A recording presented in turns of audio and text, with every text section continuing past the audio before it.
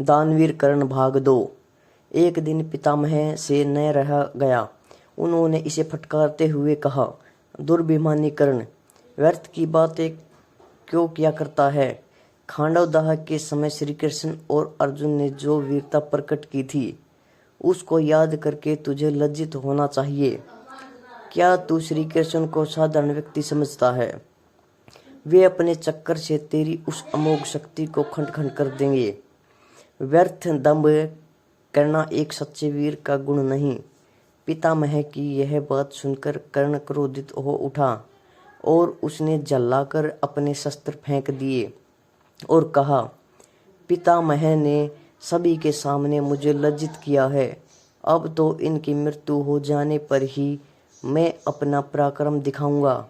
इसी दुराग्रह के कारण जब तक भीष्म पितामह जीवित रहकर युद्ध करते रहे, कर्ण ने युद्ध में हाथ नहीं बटाया।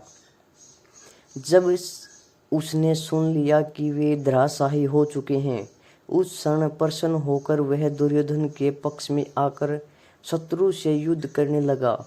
गुरु द्रोण के पश्चात कौरव सेना का तीसरा सेनापति वही था। इस वृत्तांत से यही स्पष्ट होता है कि वह अत्यधिक क्रोधी स्वभाव का था। सदा अहंकार में उसकी बुद्धि डूबी रहती थी और इस कारण बुद्धिमानों की बातें भी बुरी लगती थी। इसके विपरीत अर्जुन धीर बुद्धि और विनयशील था। इस सब के होते हुए भी कर्ण अपनी बात का धनी था। जो कुछ भी वचन वह दे देता था, उससे हटना तो वह जानता ही नहीं था। श्री कृष्ण ने उसे यह बता दिया था कि वह कुंती का ज्येष्ठ पुत्र है और साथ में उन्होंने उससे पांडवों की ओर मिल जाने का आग्रह भी किया था। लेकिन सब कुछ सुनकर भी उसने दुर्योधन के साथ विश्वासघात करना उचित नहीं समझा। श्री कृष्ण ने कहा था, कर्ण, भाइयों के विरुद्ध लड़कर उनको मारने की कामना करना पाप है।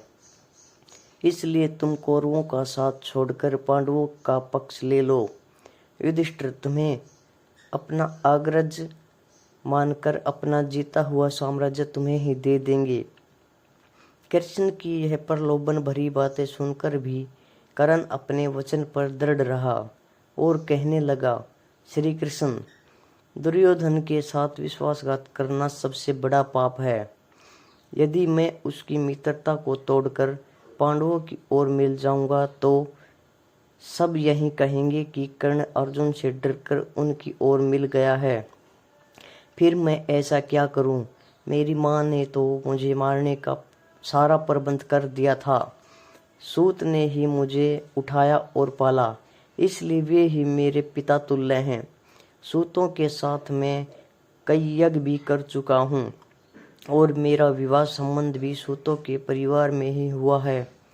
फिर मेरा पांडवों से क्या संबंध रहा? धृतराष्ट्र के घराने में ही दुर्योधन के आश्रित में रहा हूँ और 13 वर्ष तक मैंने उन्हीं का दिया हुआ राज्य किया है। फिर कैसे उनके साथ विश्वासघात कर दूं? दुर्योधन को मेरे ऊपर पूरा विश्वास है। मेरे कहने से ही तो उसने इस युद्ध को मोल लिया है और अर्जुन के प्रतिद्वंदी के रूप में दुर्योधन की आशाएं मेरे ऊपर ही तो लगी हुई हैं। इस परिस्थिति में अपने आश्रयदाता और मित्र दुर्योधन को छोड़कर मैं कभी पांडव पक्ष में नहीं मिल सकता। फिर यदि एक बार मैं मिल भी गया तो युधिष्ठिर जो राज्य मुझे दे उसे अपने वचन के अनुसार मुझे दुर्योधन को देना होगा।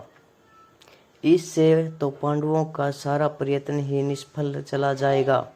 यह सभी कुछ सोच विचार कर मैं निश्चय पूर्वक कहता हूँ कि मैं मित्र दुर्योधन का साथ छोड़कर और किसी पक्ष में नहीं मिल सकता। लेकिन हाँ, यह वचन अवश्य देता हूँ कि युद्ध में मेरा प्रतिद्वंदी केवल अर्जुन ही है। उसके सिवा किसी पांडव का वध मैं नहीं करूँगा। कर्ण का यह कथन उसके चरित्र की महानता पर प्रकाश डालता है। बात का कितना पक्का था वह दानवीर। दुर्योधन चाहे अधर्मी था, लेकिन उसका तो आश्रयदाता था। फिर वह उसके साथ छल कपट कैसे कर सकता था। अंत तक उसने दुर्योधन का साथ दिया और अपने आप को एक सच्चा मित्र प्रमाणित कर दिया। कर्तव्य के प्रति कर्ण पूरी तरह कठोर था। वह युधिष्ठिर तथा अर्जुन की तरह सहृदय नहीं था कि पांडवों के विषय में यह ज्ञात होते ही कि ये उसके भाई हैं, युद्ध करना बंद कर दे।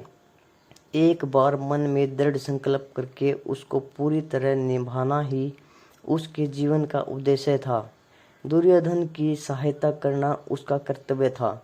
इससे पांडवों के प्रति जागृत हुआ भ्रातृत्व भाव भी उसे विचलित न कर सका और फिर भी अर्जुन के प्रति कठोर और ईर्ष्यापूर्ण दृष्टि उसकी बनी ही रही।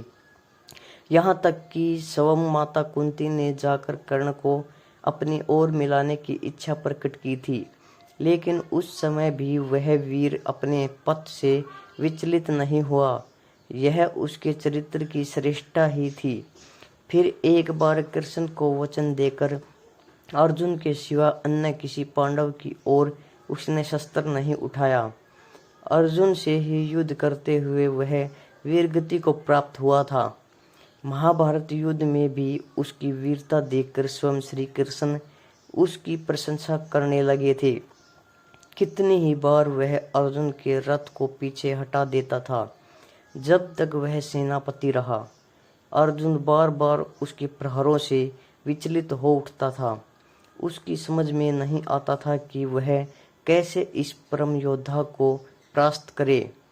अंत में पूरी तरह निराश होकर उसने कृष्ण की ओर देखा। कर्ण के रथ का पहिया जमीन में धंस गया था। वह उसे निकालने का प्रयत्न कर रहा था। उसी समय कृष्ण के इशारा करने पर अर्जुन ने अन्याय का आश्रय लेकर उसका वध किया, नहीं तो उस वीर को मारना बहुत कठिन था। फिर यदि उसके हाथ में इंद्र की वह अमोघ शक्ति होती तो फिर उसको कोई भी पराजित नहीं कर सकता था और यह निश्चय था कि वह अर्जुन का वध करके विजय का शंख फूंक देता। लेकिन विधाता की यही गति थी। अमोघ शक्ति को वह पहले ही घटोत्कच पर चला चुका था। अब उसके पास विशेष अस्त्र कोई नहीं था। फिर भी बड़ी कठिनाई से अर्जुन उसे मार पाया था। महाभारत में जहाँ भी उसके पराक्रम का वर्णन आया है, वहाँ अर्जुन के बराबर ही उसको पराक्रमी माना गया है और था भी वह इतना ही पराक्रमी। कर्ण के पराक्रम में धब्बा लगाने वाली एक बात यह है कि वह कपटी भी था। वह सदा सत्य और न्याय का ही आश्रय नहीं लेता था। उसने अल्पवयस्क राजकुमार अभिमन्यु का चक्रव्यूह के भीतर औरों के साथ मिलकर वध किया था। उसी ने उसके धनुष को काट गिराया था और फिर उस निहत्थे बालक पर 6 महारथियों ने मिलकर आक्रमण किया था, जिनमें से एक वह भी था। निहत्थे बालक की हत्या करने का अपराध सदा उसके चरित्र के साथ लगा रहेगा। इसलिए इतना पराक्रमी होने पर भी कर्ण अर्जुन की तरह महापुरुष की कोटि में नहीं आ सकता।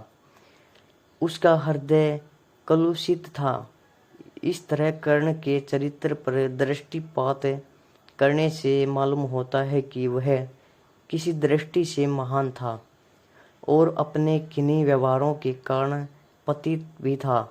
उसकी महानता उसके दानवीर होने में है, उसके दृढ़ संकल्प होने में है, उसके अपने मित्र और आश्रयदाता के विश्वास पात्र होने में है। लेकिन छल और कपटपूर्ण व्यवहार, व्यर्थ का दंभ और क्रोध उसके चरित्र की गरिमा को कम करते हैं। वह इतना पराक्रमी था कि उसके मरते ही दुर्योधन का सारा धैर्य टूट गया था और अब उसे अपनी पराजय की आशंका निश्चित लगने लगी थी। और वहीं हुआ भी। कर्ण की मृत्यु के पश्चात कौरव सेना का विनाश हो गया। स्वयं दुर्योधन भी भीम के द्वारा मार डाला गया। युद्ध में पांडवों को विजय प्राप्त हुई। थैंक यू दोस्तों।